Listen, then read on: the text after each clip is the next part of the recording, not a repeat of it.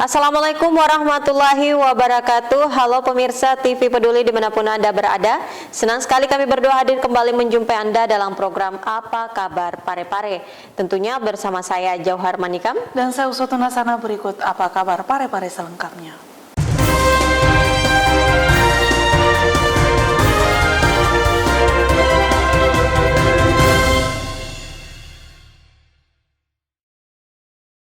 Pemirsa, sebagai upaya dalam menyukseskan PPDB online, UPT SMP Negeri 2 Pare-Pare turut andil dengan menyediakan layanan bantuan kepada orang tua atau wali siswa dalam pelaksanaan PPDB tingkat SMP sekota Pare-Pare.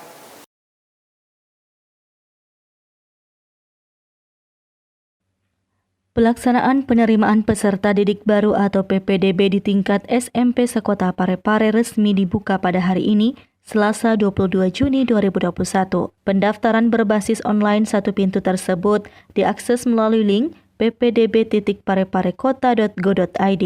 Dalam menyukseskan PPDB online, UPTD SMP Negeri 2 Pare-Pare turut andil dengan menyediakan layanan bantuan kepada orang tua atau wali siswa. Wakil Kepala SMP 2 Pare-Pare Muhammad Saleh mengatakan, layanan bantuan tersebut untuk memudahkan orang tua melakukan PPDB secara online. Pihak sekolah bahkan telah membentuk panitia khusus dalam layanan bantuan tersebut. Hari ini adalah hari pertama pendaftaran online PPDB tingkat Kota Pare-Pare. Namun panitia tingkat sekolah, khususnya SMP Negeri 2, membuka layanan online untuk membantu masyarakat mendaftarkan anaknya melalui online di panitia SMP Negeri 2. Meskipun pelayanan dilakukan secara langsung di sekolah, namun sekolah penyandang predikat ramah anak ini tetap memperhatikan penerapan protokol kesehatan. Orang tua dan calon siswa diwajibkan memakai masker dan menjaga jarak, penyediaan fasilitas pengukuran suhu tubuh, serta tempat cuci tangan juga disiapkan oleh pihak sekolah. Sri Ayu, TV Peduli mengabarkan.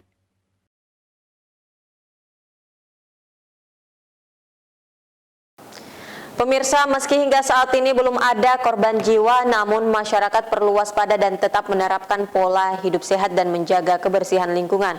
Karena menurut Dinas Kesehatan Kota Pare-Pare, jumlah kasus penderita demam berdarah di Kota Pare-Pare dalam seminggu belakangan ini mengalami peningkatan.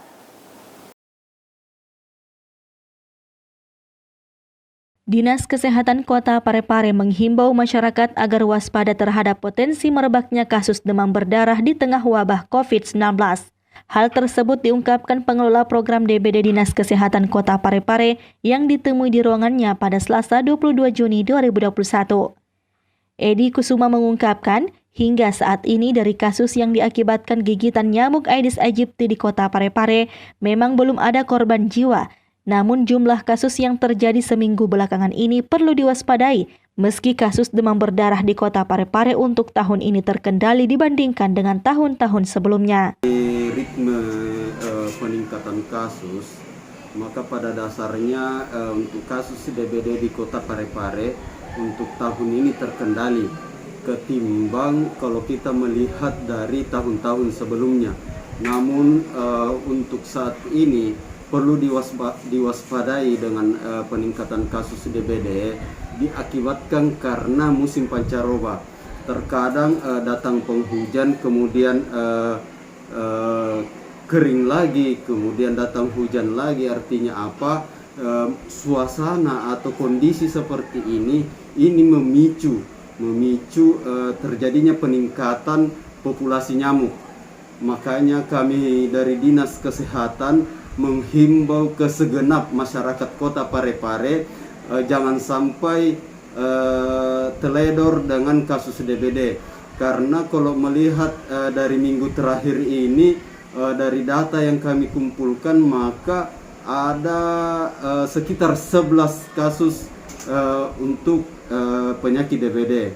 Jadi ini yang menjadi, di samping kita menanggulangi COVID-19, bukan mengesampingkan penyakit DBD, karena ketika misalnya tidak ada perlakuan baik itu dari masyarakat sendiri tentunya, maka kemungkinan ketika musim musim kedepannya masih tetap pancaroba, maka potensi DBD akan. Selain menghimbau masyarakat, Dinas Kesehatan melalui sejumlah puskesmas yang ada di Kota Parepare rutin melakukan abatisasi dan fujing. Edi juga menambahkan, peran serta masyarakat dalam menghindari penambahan kasus DBD sangat besar. Oleh sebab itu, masyarakat wajib melakukan pemberantasan sarang nyamuk dengan melaksanakan 3M, yaitu menguras, menutup, dan mengubur sampah dan barang bekas yang dapat menjadi sarang nyamuk. Sri Ayu, TV Peduli mengabarkan.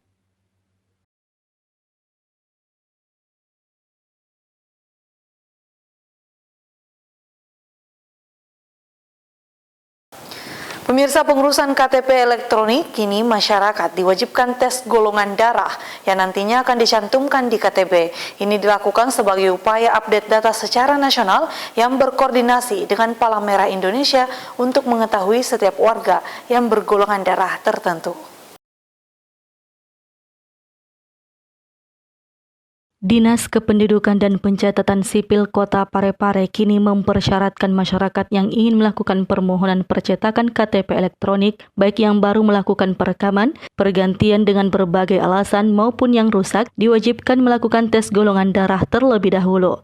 Hal tersebut bertujuan agar semua elemen data di dalam pengurusan dokumen kependudukan, salah satunya KTP elektronik, terupdate termasuk untuk pengisian golongan darah. Hal tersebut diungkapkan Kepala Dinas Kependudukan dan Pencatatan Sipil Kota Parepare yang ditemui di ruangannya pada Selasa 22 Juni 2021. Adi Hidayah Saputra menambahkan, selain sebagai update data secara nasional dengan mencantumkan golongan darah di dokumen kependudukan, juga sebagai koordinasi dengan PMI untuk mengetahui seberapa besar warga Parepare dengan golongan darah tertentu. Terkait dengan permohonan dari warga masyarakat untuk melakukan percetakan KTPL, baik karena yang baru melakukan perekaman, pergantian dengan berbagai alasan maupun yang rusak, kami mempersyaratkan agar semua elemen data yang di dalam kartu keluarga itu sudah terupdate, termasuk untuk pengisian golongan darah. Dalam kenyataannya, masih banyak warga kita yang sudah berumur atau sudah memiliki KTPL belum mengetahui golongan darahnya. Untuk hal itu, kami persyaratkan agar sebelum dilakukan pencetakan, mereka melakukan pemeriksaan. Bisa dilakukan di puskesmas maupun di UDD PMI. Pencantuman golongan darah ini adalah untuk melakukan update data secara nasional. Khusus untuk kita di Parepare, kita perlakukan dan ada peningkatan secara signifikan sejak persyaratan pencantuman golongan darah ini dilakukan. Tujuannya juga bagi kami berkoordinasi dengan PMI untuk mengetahui seberapa besar atau seberapa banyak sebenarnya warga Parepare dengan golongan darah tertentu. Khususnya mereka yang sudah dewasa sudah wajib KTPL. Sri Ayu, TV Peduli mengabarkan. Pemirsa, Kelurahan Lapade melakukan sosialisasi dan validasi data terpadu kesejahteraan sosial atau DTKS untuk memastikan bantuan yang diberikan pemerintah dapat tersalurkan dengan baik dan tepat sasaran kepada masyarakat.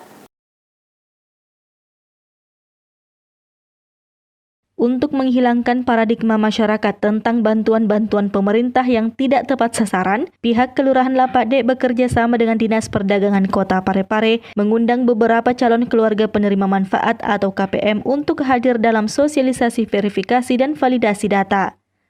Sosialisasi dan verifikasi data tersebut dibuka oleh Lurah Lapade Sri Meriani yang didampingi tim verifikasi Dinas Perdagangan Kota Parepare di Aula Kelurahan Lapade pada Selasa 22 Juni 2021. Lurah Lapade Sri Meriani mengatakan, bantuan-bantuan yang digulirkan oleh pemerintah harus berdasarkan data terpadu kesejahteraan sosial atau DTKS dan diperbaharui serta dipadukan agar diperoleh data terbaru dan akurat sesuai kondisi dinamika kependudukan. Sri Meriani berharap dari verifikasi yang dilakukan ini, data warga penerima bantuan betul-betul valid sesuai dengan kenyataan di lapangan.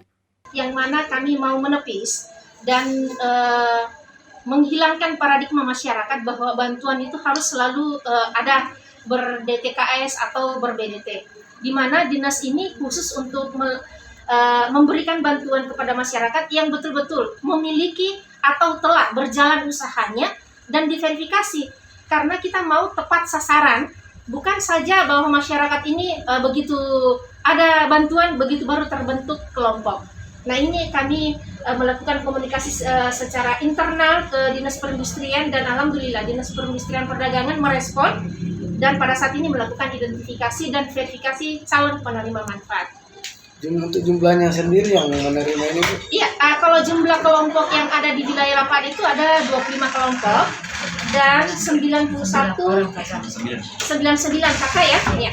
Hal senada juga disampaikan oleh tim verifikasi data penerima bantuan Marlina bahwa tujuan dilakukan verifikasi data ini untuk memperbarui data-data para pelaku usaha yang akan diberdayakan oleh pemerintah berupa sarana dan prasarana. Pemberdayaan pelaku usaha diberdayakan benar-benar yang akan dibantukan yang tepat sasaran dan semuanya itu kan mempunyai macam-macam permintaan bank usaha. Jadi itulah kita turun ke sini melihat langsung, mendata langsung dan mensurvei tempat yang dia tempat bergelut di bidangnya masing-masing. Itulah yang saya bisa sampaikan. Usaha apa saja ini yang sudah di... Untuk saat ini kita verifikasi dikeluarkan oleh Pande, bantuan peralatan usaha kecantikan, peralatan usaha gorengan, perkebunan kayu, batu dan siap saji dan bengkelan beras motor. Itu yang dari kemarin sampai hari ini saya baru melaksanakan. Bantuan dari hasil musrenbang dan pokok pikiran DPRD ini diberikan dalam bentuk barang yang mereka butuhkan sesuai usaha yang mereka usulkan.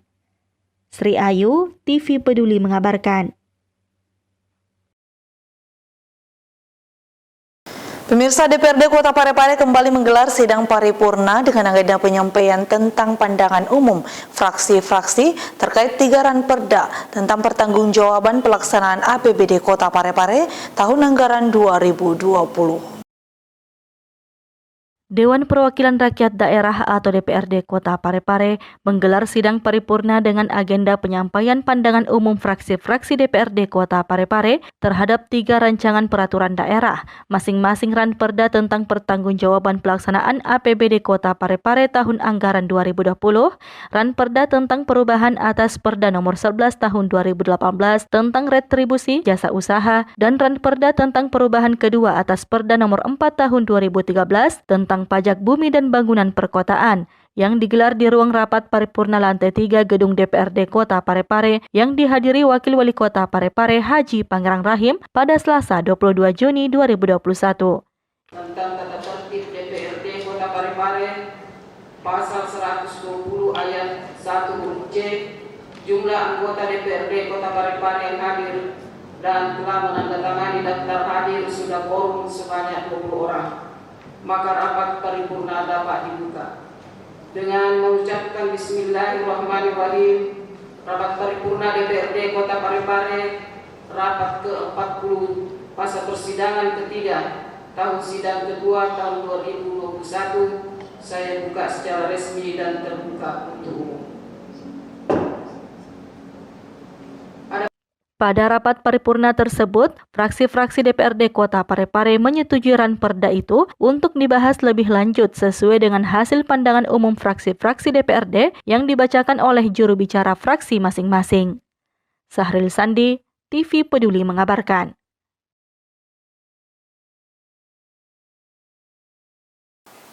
Pemirsa, Pasar Sumpang Minangai berhasil mewakili Sulawesi Selatan pada Lomba Pasar Sehat dan Aman tingkat nasional dan terpilih menjadi juara 1 setelah berhasil mengalahkan puluhan pasar dari seluruh Indonesia.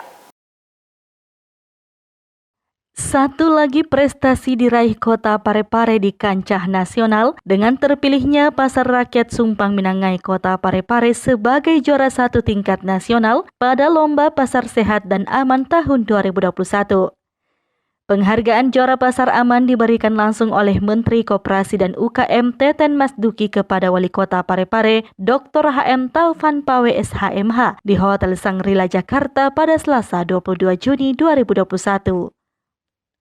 Pasar Rakyat Sumpang Minangai sebelumnya terpilih sebagai nominator lomba mewakili Provinsi Sulawesi Selatan pada ajang Lomba Pasar Sehat dan Aman tingkat nasional tahun 2021. Di mana pasar yang bersertifikasi SNI ini dilengkapi dengan sejumlah fasilitas seperti pos kesehatan, musola, toilet, sarana parkir, ruang pengaduan konsumen, serta etalase produksi home industri dan UKM. Sahril Sandi, TV Peduli mengabarkan.